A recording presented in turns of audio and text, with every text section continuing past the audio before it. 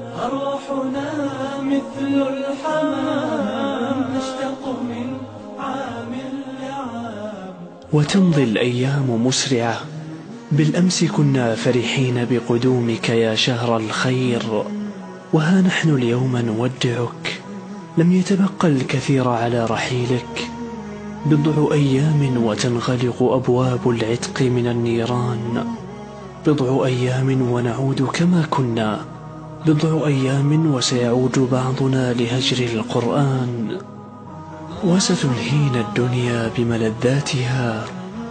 بضع أيام ويرحل هذا الضيف، ولكن السؤال: هل كان له تأثير علينا لبقية عمرنا، أم تأثيره محدود علينا وسيزول منذ رحيله؟ يا رفاق، هل سنهجر القرآن لشهور؟ هل سنغفل عن قيام الليل؟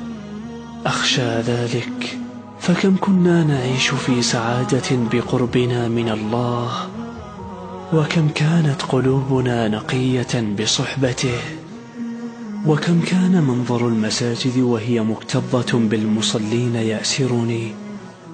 يا رفاق، دعونا نغير من حياتنا ونجعلها كرمضان بقربنا من الله، فلنكن يا رفاق ربانيين لا رمضانيين، ربانيين لا رمضانيين.